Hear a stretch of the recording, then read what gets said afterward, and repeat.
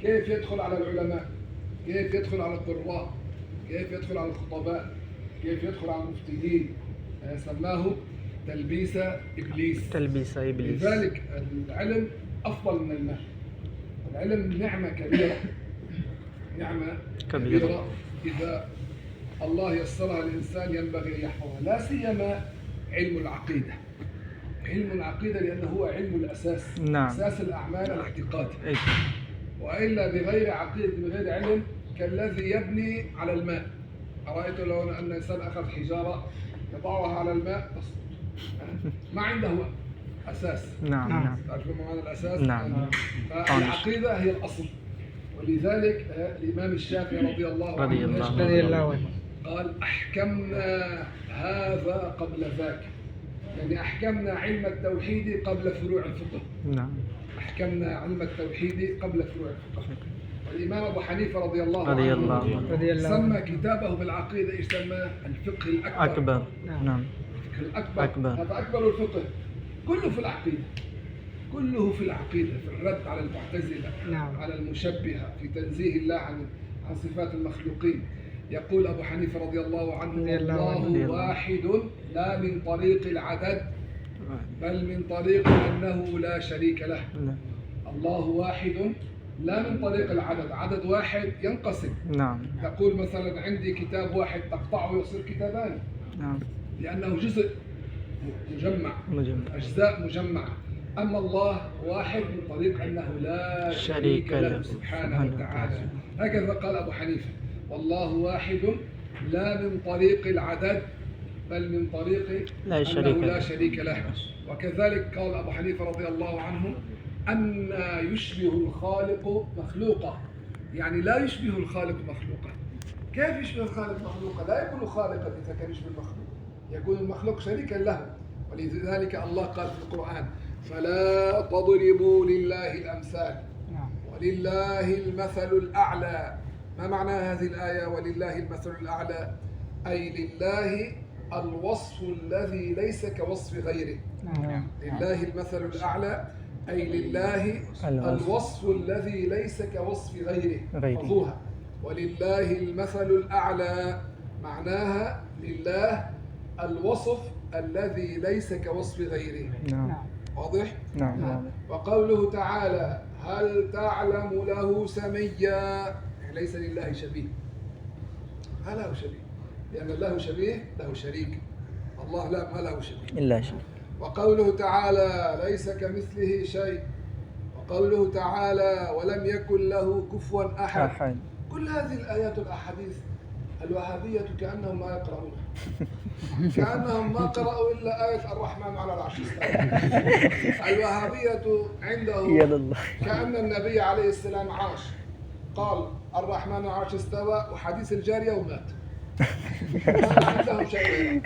كل ما قلت كلمت شخص يقول حديث الجاري، حديث الجاري، حديث الجاري، حديث الجاري. أو يقول لك كل محدث بدعة وكل بدعة ضلالة.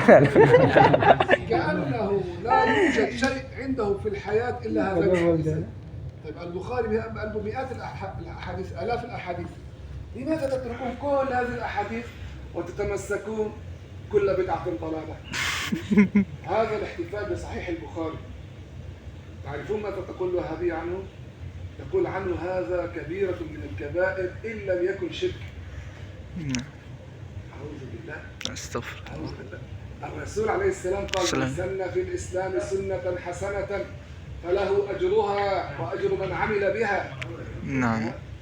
ليس صحيح أن كل ما لم يفعله النبي لا يجوز لنا فعله. نعم. وإلا ما كنا تعلمنا العروض والنحو وعلم الحديث وعلم البلاغة وعلم التفسير، هذا كله ما كان في زمن النبي. إذا إيش معنى كل بدعة ضلالة؟ قلناها قبل أن نعيد. إيش معناها؟ معناها كل بدعة خالفت الشريعة. نعم. عملا إيش بحديث عائشة رضي الله عنها. كل أمر ذي بال بسم الله الرحمن الرحيم. كل أمر ذي بال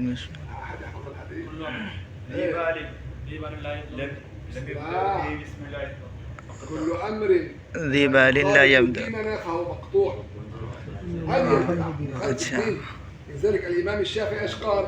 البدعة ضربان قسمان، بدعة هدى وبدعة ضلالة.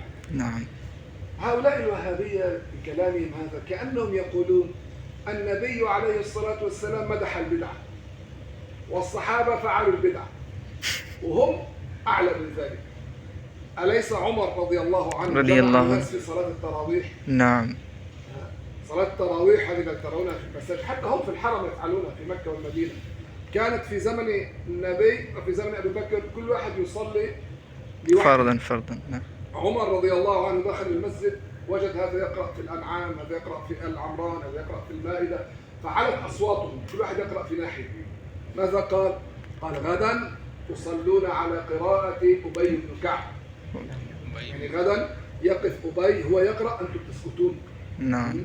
أبي لماذا؟ لأنه كان من أقرأ الصحابة. ما شاء الله. هذا المنذر. ففي اليوم الثاني وقف أبي، وقفوا صامتين كلهم. فدخل عمر ففرح وجد المسجد هادئ. ايش قال؟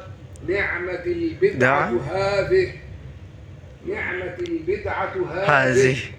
ما قال له الصحابة يا عمر أنت تسيء في الدين. هم يدندنون على العوام. ماشي ايش يقولون؟ يقولون أنت أفهم من النبي؟ لو النبي هذا فيه خير كان فعله. الذي ضعيف ايش يقول؟ هكذا يقولون الاحتفال بالمولد، الاحتفال بالمولد لو كان فيه خير لفعله أبو بكر، لفعله عمر، لفعله عثمان. أنت تفهم أكثر من أبو بكر؟ هكذا يقولون لك.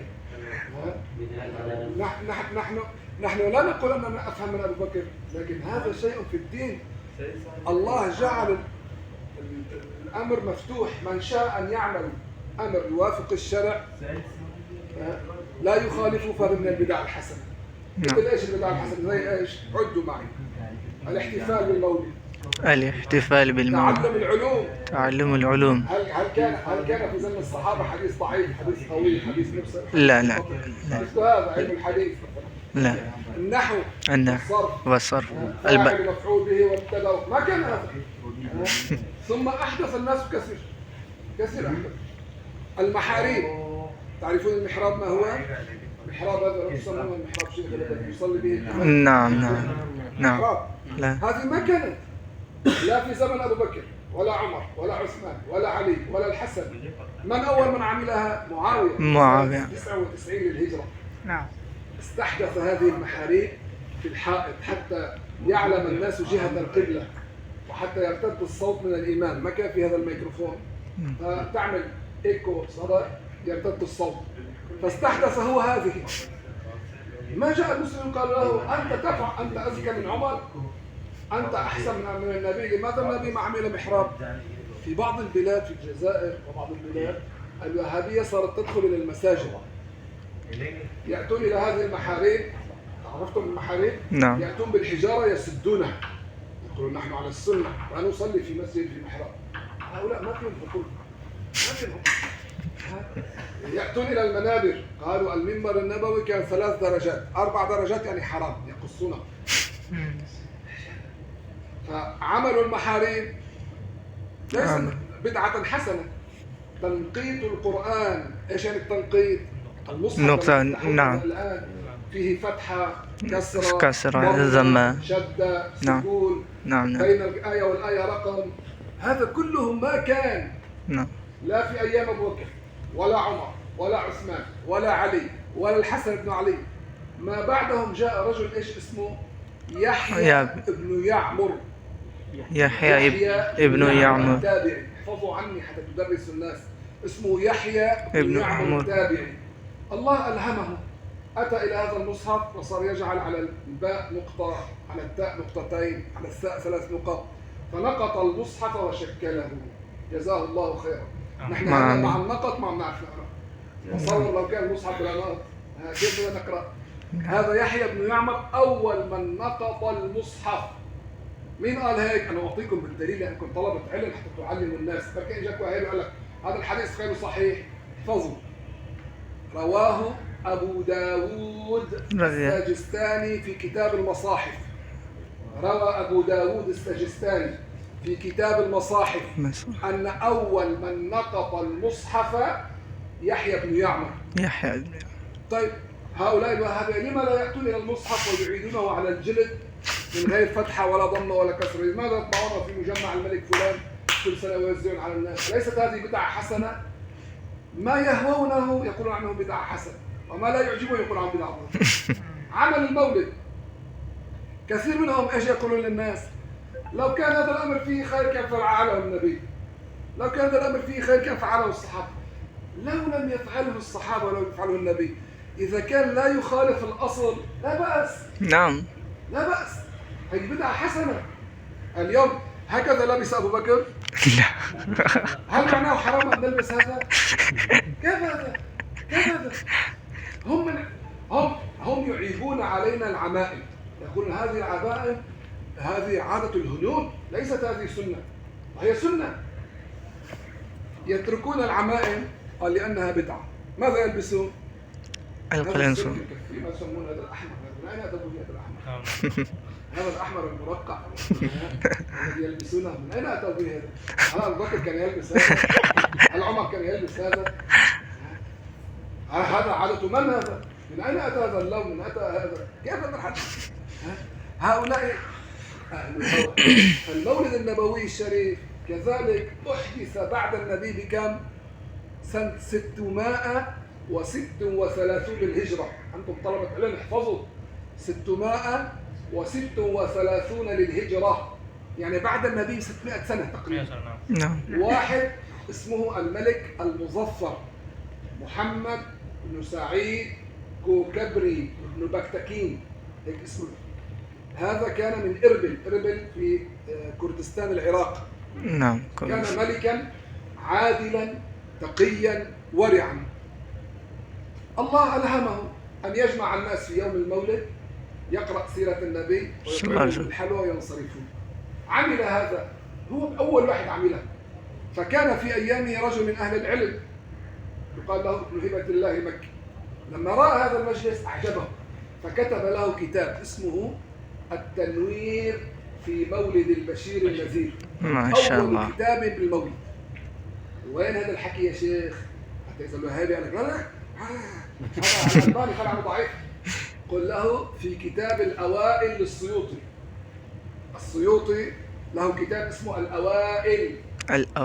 قال أول من أحدث عمل المولد محمد بن بكتكين العادل الناصر ملك إربل. إذن هذه بدعة حسنة. بالمولد ماذا يفعل الناس؟ يشربون الخمر؟ لا. يذكرون الله؟ نعم. أليس الله قال وافعلوا الخير؟ أليس هذا من الخير؟ إطعام الناس، قراءة القرآن، السيرة النبوية، المدح النبوي. أين الضرر في ذلك؟ أين الضرر في ذلك؟ يحاربونه أشد الحرب، ولو شاء لو استطاعوا أن يضربوا المحتفلين بالمولد لفعلوا. نعم. فعمل المولد يعد بدعة حسنة من البدع الحسنة عند الله. نعم. من البدع حسنة عند الله عمل المولد. من أول من أحدثه؟ هذا المالي. من أول من عمل المولد الشريف؟ محمد ملك إربل. الملك المظفر يسمى كوكبري. أول من عمله. المظفر 630. نعم. تحفظوا كيف تردون على أهل الضلال. نعم. هذا عمل المولد من البدع الحسنة. ايش؟ الملك إربيل مظفر الكوكبي. يسمى بالملك المظفر. مظفر الكوكبي. لكن اسمه الحقيقي محمد بن سعيد كوكبري. عليه السلام ورحمة الله وبركاته. أول من أحدث هذه السنة الحسنة الاحتفال بالمولد النبوي الشريف الملك إربيل. يسمى الملك المظفر. وذكر ذلك السيوطي رحمه الله. هذا من البدع الحسنة. هذا من البدع الحسنة الذي يدخل تحت قول الرسول عليه الصلاة والسلام: من سن في الإسلام سنة حسنة فله أجرها وأجر من عمل بها. وهذا شيء كثير. الصلاة على الرسول بعد الأذان صلى الله عليه وسلم. هذا أيضا ما في ضرر، بدعة حسنة. بدعة حسنة. المؤذن بعد الأذان إذا قال الصلاة والسلام عليك يا رسول الله صلى الله عليه وسلم، هذا بشيء مكروه ولا حرام، بالعكس له أجر. فإذا قال الناس، إذا قال هؤلاء لماذا الرسول لم يقل للمؤذن الذي أذن بين يديه قل الصلاة والسلام عليك؟ وإن لم يقل، أليس الرسول قال عليه الصلاة والسلام من ذكرني فليصلي علي؟ ما قال الرسول فليصلي علي سرا ولا قال فليصلي علي جهرا، قال من ذكرني فليصلي علي. نعم. هذا الحديث رواه السخاوي، الإمام السخاوي روى الحديث من ذكرني فليصلي علي. هذا المؤذن أليس قال أشهد أن محمدا رسول الله؟ فذكر الرسول. نعم. فلو قال سرا بعد الأذان الصلاة والسلام عليك يا رسول الله جائز. ولو أقال جهرا بالميكروفون ليسمع الناس ويذكرهم، ما المانع في ذلك؟ لا يمنع في ذلك. نعم. هذا من السنن الحسنة ومن البدع الحسنة. لو سألك إنسان من أول من جهر بالصلاة على الرسول بعد الأذان؟ أول من أمر بها الغازي صلاح الدين الأيوبي، ما شاء الله. سنة 676 للهجرة. كان المؤذنون عقب الأذان يدعون له، يقولون بعد الأذان اللهم انصر الغازي المجاهد صلاح الدين بن أيوب.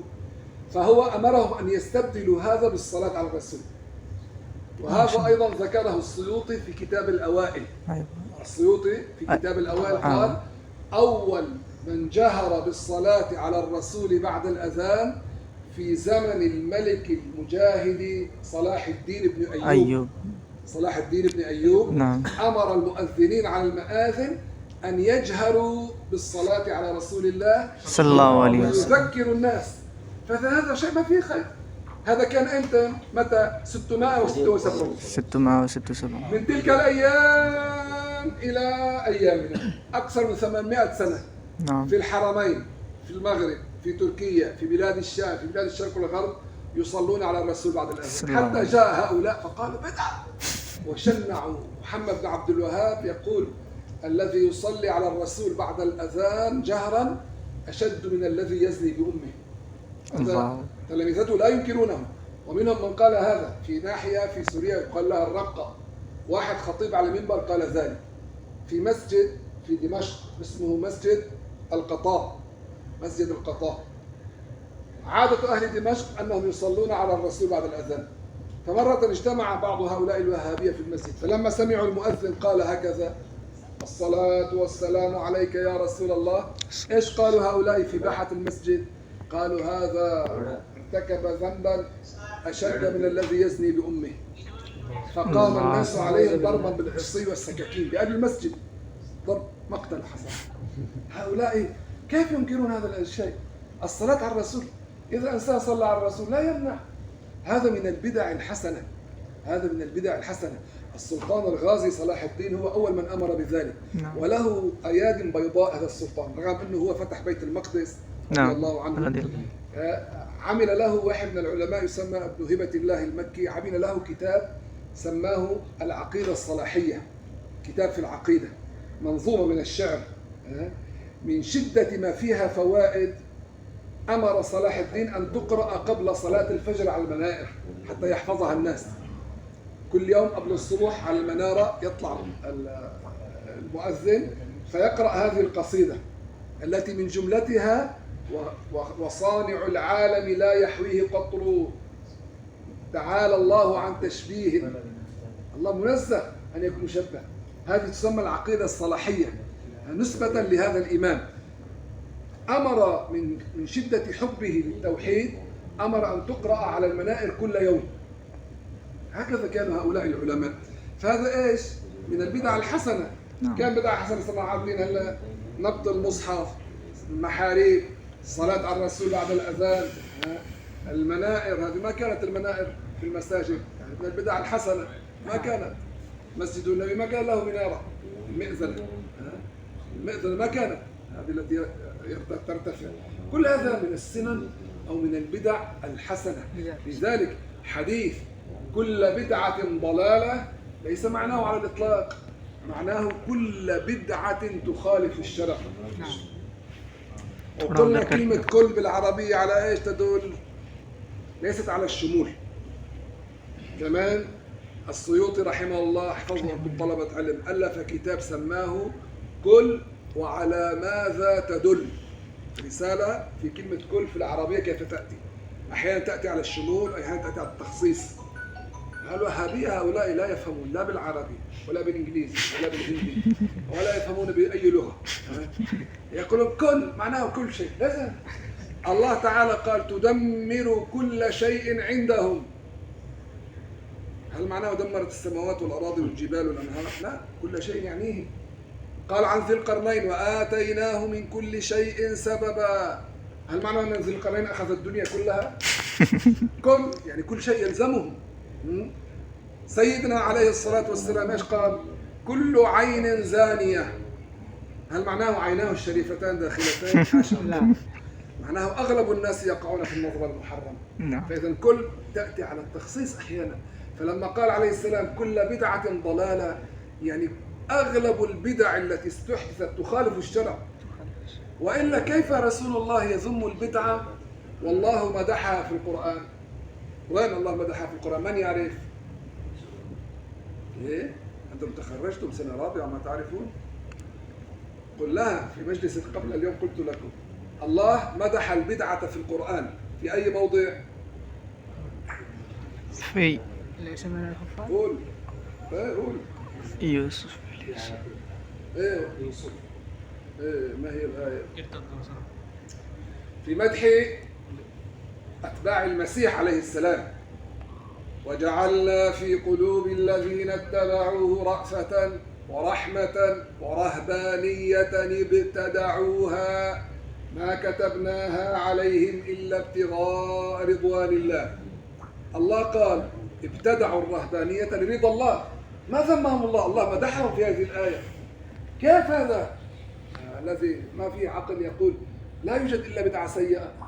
الله قال ورهبانية ابتدعوها، ورهبانية ابتدعوها. احفظوا وجعلنا قلوب وجعلنا في قلوب الذين اتبعوه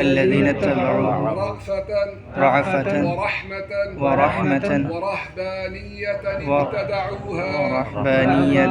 ابتدعوها. إذا قال لك قائل لا يوجد بدعة سيئة قل له هذا ماذا معناه في القرآن؟ معناه أن جماعة عيسى أتباع عيسى الله ما كتب عليهم الرهبانية. ما هي الرهبانية؟ بعد أن رفع المسيح إلى السماء هؤلاء خافوا على دينهم، قالوا نحن ضعفاء ما نستطيع أن نبقى بين الناس، فخرجوا إلى الجبال، سكنوا في الجبال وتركوا الزراعة وتركوا الزواج وتركوا التجارة، فعملوا هذه الرهبنة. المسيح ما أمرهم بذلك، هم من عند أنفسهم. لذلك الله قال ابتدعوها، هم فعلوها. مع ذلك الله مدحهم ما كتبناها عليهم، الله ما أمرهم بها إلا ابتغاء رضوان الله، هم فعلوا ذلك تقربا إلى الله. بعد هذه الآية يجي واحد يقول لك ما في بدعة إلا سيئة، ما قرأ القرآن. كيف ما في بدعة إلا سيئة؟ ما معنى من سن في الإسلام سنة حسنة؟ أليس معناه إذا فعلتم شيئا من بعدي يوافق الشريعة ولا يخالفها هذا يكون لكم فيه أجر؟ إيش معنى الحديث من سن في الإسلام سنة حسنة فله أجرها وأجر من عمل بها؟ إذا كان لا ينبغي أن نفعل شيء إلا ما فعله النبي. هؤلاء من شدة جفاء قلوبهم الإرهابية. أنتم لعلكم ما رأيتم في منهم لا يفهمون. تعرف هذه الساعة التي يلبسها؟ إذا خطيب يلبس ساعة يقول هذا بدعي. لا يلبسون ساعة، يلبسون نظارة، لا يلبسون إلا الثوب. إيش هذا؟ ما يركب طائرة، ما يركب سيارة، ما يطلع في المصعد. كيف؟ هذا عقولهم متجمدة، عقولهم متجمد لأنهم ما فهموا معنى النصوص. مثل مسألة الاستعانة، يقول لا تستعين إلا بالله، لا تستعين إلا بالله. الرسول قال إذا استعنت فاستعن بالله، معناه الله يخلق الإعانة، لكن يجوز أن تستعين بأخيك. يجوز أن تستعين بأخيك. إيش الدليل؟ اللي بيقول هلا بده ياخذ جائزة، شو يا شيخ نعطي دولارات؟ من يعرف الدليل أنك يجوز أن تستعين بأخيك؟ إن الله في عون العبد ما كان العبد في عون أخيه. كيف الرسول يأمرنا أن نعين بعضنا والاستعانة حرام؟ كيف الرسول يأمرنا ويحثنا يقول إن الله في عون العبد ما دام العبد في عون أخيه؟ يعني نحن إذا أعنا بعض الله يعيننا، فإذا يجوز أن أعينك، يجوز أن تعينني. كيف أن يقولون إذا استعنت فاستعن بالله، لا يجوز أن تطلب من غير الله. واحد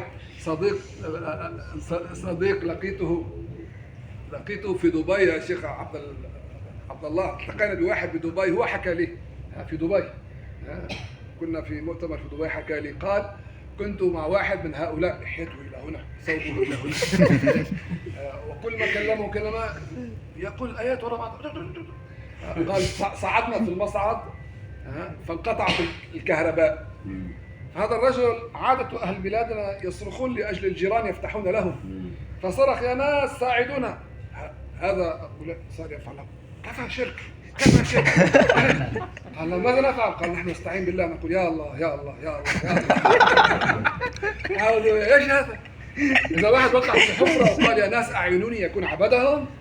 كيف يكون عبدهم؟ ولا يستعينون لإمداد الأولاد هم يستعينون بالكفار، هذه بلادهم من بناها؟ الحرم من بناهم. ولا يستعينون بزوجات لإمداد الأولاد. الحرم من بناهم، من رفع منائره، أليس غير المسلمين المهندسين ونحو ذلك. لذلك إذا استعنت فاستعن بالله ليس معناه حرام أن تستعين بغير الله، بل معناه ينبغي أن يكون توكلك على الله. نعم. الرسول إيش قال؟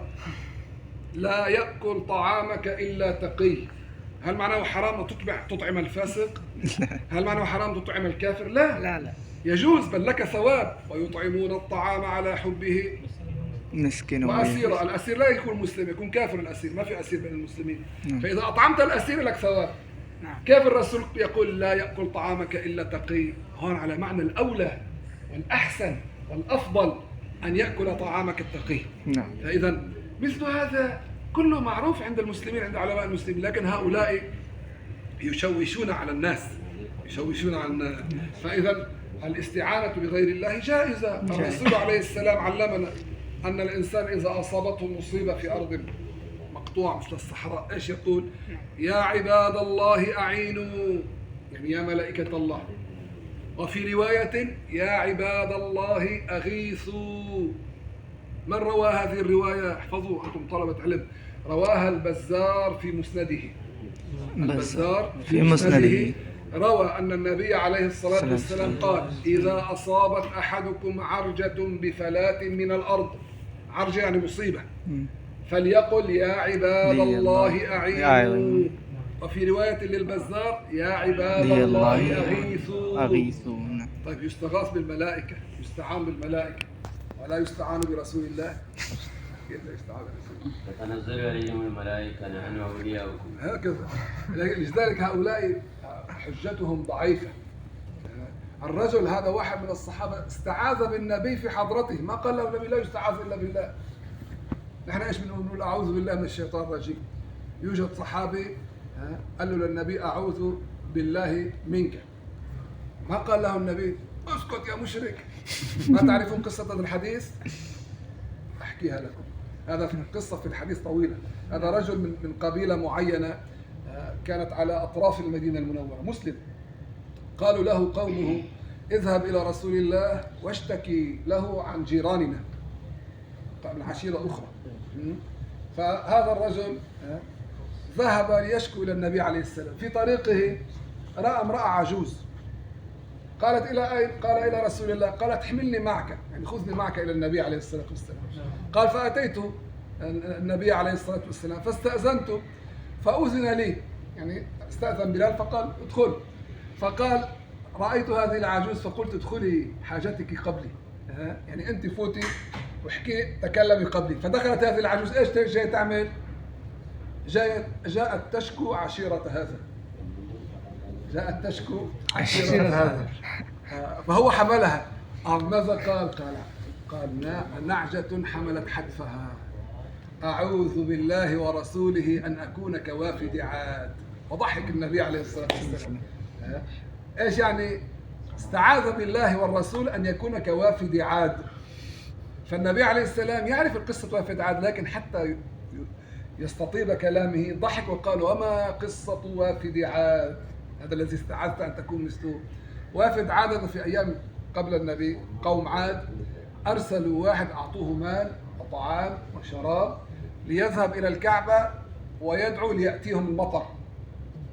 هذا الرجل في طريقه وقف على خيمة وجد جواري نساء، فنزل عندهم، صار يشرب ويأكل ويرقصون، يشرب ويأكل ويرقصون حتى نفذ الطعام والشراب.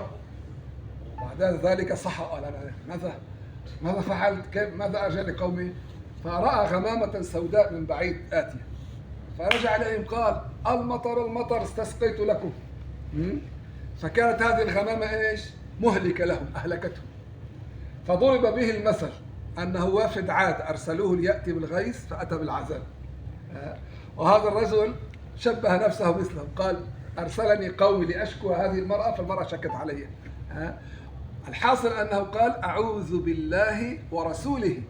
ما قال له رسول لا تستعيذ إلا بالله، لأنه فهم أنه ليس مراده الشرك كما هم يقولون. لذلك الاستعانة والاستغاثة والتوسل والتوحيد كله عند أهل السنة. هؤلاء ليس عندهم توحيد. الوهابية تشبه الله بخلقه، تقول الله ينزل في الثلث الأخير من الليل. يقولون حتى أن ابن تيمية زعيمهم قال: ينزل كنزول هذا، نزل درجة عن المنبر. ظل إلى هذا الفحش في الكفر. كان يقف على المنبر يوم الجمعة، قال ينزل ونزل درجة عن المنبر. هذا ما يرويه ابن بطوطة وغيره. الحديث ينزل ربكم في الثلث الأخير من الليل ليس معناه أن الله حجم ينتقل من مكان إلى مكان، حاشا وكلا. نحن ننزل، العصفور ينزل، الطائرة تنزل. هنا إيش معناه؟ ينزل ملك بأمر ربكم. نعم. ينزل ملك بأمر ربكم. إذا واحد قال: طيب ليش النبي، لماذا النبي ما قال ينزل ملك؟ لأن هذه لغة العرب. أنتم إذا سئلتم من بنى هذا المبنى، إيش الجواب يا شيخ عبد الله؟ خلينا نسمع. من بنى هذا المبنى؟ الشيخ أبو بكر. نعم. هل معناه الشيخ أبو بكر حمل الحجارة والخشب والزجاج والكراسي؟ لا أحد يفهم. يفهم أن هذا الشيخ بسببه بني هذا المبنى. نعم. أو بأمره، أليس كذلك؟ نعم. من بنى هذا المسجد؟ الشيخ أبو بكر. هل معناه هو حمل الطوب والحجارة والحديد؟ ليس معناه هذا. فلما كان الآمر نسب الأمر إليه، يقولون ضرب الأمير اللص، قطع الأمير يد السارق. هل معناه الأمير بيده مسك يد السارق وقطعها؟ لا. معناه قال اقطعوا يده. ولما الرسول قال ينزل ربكم، أي ينزل ملك بأمر ربكم، ينزل ملك بأمر ربكم. إيش الدليل على هذا الكلام؟ أن هناك رواية أخرى للحديث ذكرها أبو داود السيوطي، رواية أخرى فيها إن الله يمهل حتى إذا مضى شطر الليل الأول أمر مناديا أن ينادي، أمر مناديا أن ينادي يا من هل من داع فيستجاب له. فإذا الرواية الثانية فيها أمر مناديا. زين الدين العراقي هذا مشهور في الحديث، إيش قال؟ وخير ما فسرته بالوارد. ما تحفظون ألفية العراقي في الحديث؟ له ألفية في الحديث من جملته يقول وخير ما فسرته بالوارد، يعني أفضل تفسير للحديث حديث مثله. فهذه الرواية فسرت الرواية الأولى، رواية ينزل ربكم فسرتها رواية إيش؟ أمر مناديا أن ينادي. إذن إيش معنى الحديث؟ أمر مناديا أن ينادي. ما يمنعهم أن يقولوا ذلك إلا أن يقولوا الله يتحرك ويطلع وينزل. ثم على كلام الوهابية الله ينزل في الثلث الأخير من الليل. الثلث الأخير في الهند غير الثلث الأخير في أمريكا. الثلث الأخير في أمريكا غير الثلث الأخير الذي في أوزبكستان. والثلث الأخير اللي في أوزبكستان ليس الثلث الأخير اللي بالصين. ما معناه؟ معناه ليس له شيء إلا يطلع ينزل يطلع ينزل يطلع ينزل. إيش هذا؟ لما تكلموا بهذه العقيدة أمام الكفار ضحكوا منهم، قالوا إيش هذا الرب الذي ليس له إلا يطلع وينزل يطلع وينزل يطلع. يلا نمشي. فعلى هذا إن شاء الله لما آتي مرة ثانية إن شاء الله. سأسألكم بالذي ذكرت لكم تحفظونه إن شاء الله. إن شاء الله. إن شاء الله. نعم. من أول من سن الصلاة على الرسول بعد الأذان؟ سلطان أيوب رحمه الله. من أول من نقط المصحف الشريف؟ يحيى بن يعمر. أين ذكر ذلك؟ في كتاب المصاحف لأبي داود السجستاني. نعم. في كتاب المصاحف لأبي داود السجستاني ذكر قال أول من نقط المصحف يحيى بن يعمر. يعني أول من عمل هذه السنة الحسنة. هؤلاء بدل أن يطوشون ويقولوا الاحتفال بصحيح مسلم صحيح البخاري بدعة والاحتفال بالمولد بدعة، ليذهبوا إلى المصحف ويعيدوه كما كان، يقشطوا عنهم النقط والحروف والأشكال ويعيدوها على الجلد كما كان في زمن أبي بكر. ما يفعلون لأنهم أهل هوى وليسوا أهل حق. الله ينفع بكم. آمين. الله ينصركم. آمين. الله يجري الحق على آمين. ألسنتكم. آمين. الله يجعلكم مفاتيح خير. آمين. الله يجعلكم منارة للعلم والهدى. آمين يا رب الله العالمين. يهديكم ويهدي بكم سبل الرشاد. آمين يا الله رب العالمين. يثبتكم على الحق. آمين يا الله رب ينصر بكم دين محمد. آمين يا رب السنة العالمين. والجماعة. آمين يا رب العالمين. يثبتكم على ذلك إلى الممات. آمين. الله يجعلكم سلما لأوليائه حربا على أعدائه. آمين يا يحبون رب. من يحبه آمين. ويكرهون من يكرهه. يا آمين. أرحم الراحمين. صلى الله وسلم على سيدنا محمد. هذا الشيء